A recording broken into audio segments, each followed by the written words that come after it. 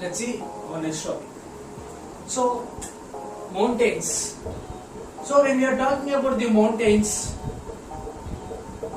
any natural elevation from the earth surface considered as a mountain. Natural elevation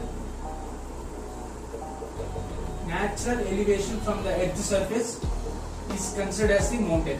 Correspondingly, it is high from corresponding when comparing to the surrounding areas.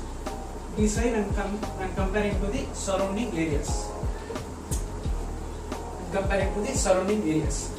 Regarding this is the natural elevation. And some mountains are there that will be higher than the clouds. And so that as we are moving from above, the climate is very cold. And some mountains are there that we cannot able to see because they are under the sea. Some mountains are under the sea, so that we cannot able to see it. So the best example for that is Hawaii, which is present in Pacific Ocean, of a height of 10,205 meters. So when you are seeing this, it is the more height than the Mount Everest, that is 8,014 meters. But since it is below the sea, that we are not considered as the highest mountain, right? Hawaii, which is present in the Pacific Ocean, we cannot able to see it because it is present under the sea, right? So when you are, since that the mountains will have a small summit, and broad base.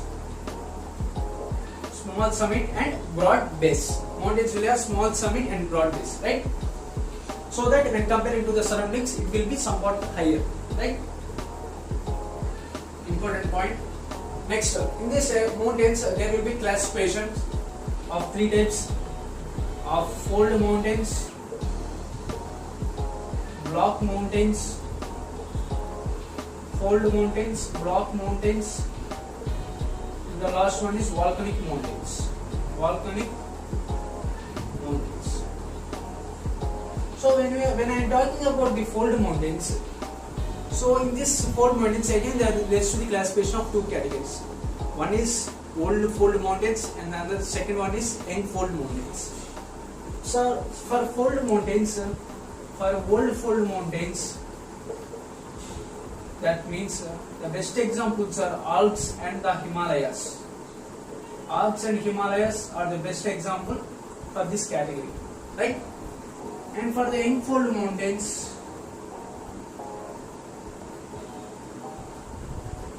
that is Aravalli range.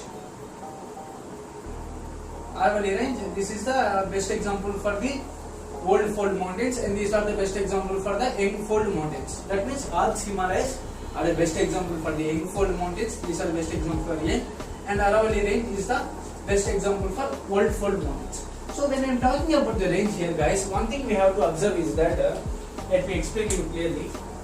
So when you are talking about the range is nothing but a series of mountains that are formed in a existence in a line, that are considered as the range. That means a series of mountains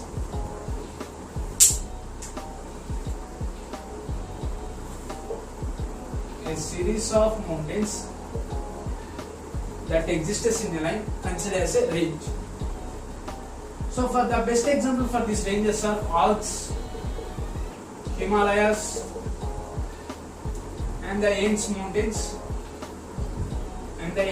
mountains, by surrounding by surrounding the Europe, Asia, and the South America continents. These are the best example for the ranges. So this is about the ranges, and this is one of the term in the mountains we have to remember. And glaciers also there we have to know. That is rivers of ice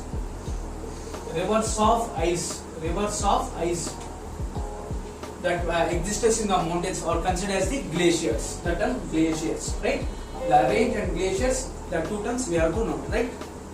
And the next one, when you are talking about the second classification, that is fold mountains we completed in these two categories, that is young fold mountains and the old fold mountains. For the young fold mountains, the examples are Alps and Himalayas, and for the old fold mountains, the best example is Aravalli Range, right? The second one is block mountains. So when we are talking about the block mountains, guys, nothing is there. I explain it clearly. Suppose an area is there. So the block mountains, how it forms means the area have to be broken and it should have to be displaced vertically. Then the corresponding relates to the formation of block mountains. So this area is there. Suppose this is an area. So this area have to be broken and have to be displaced vertically. Then the block mountains are formed.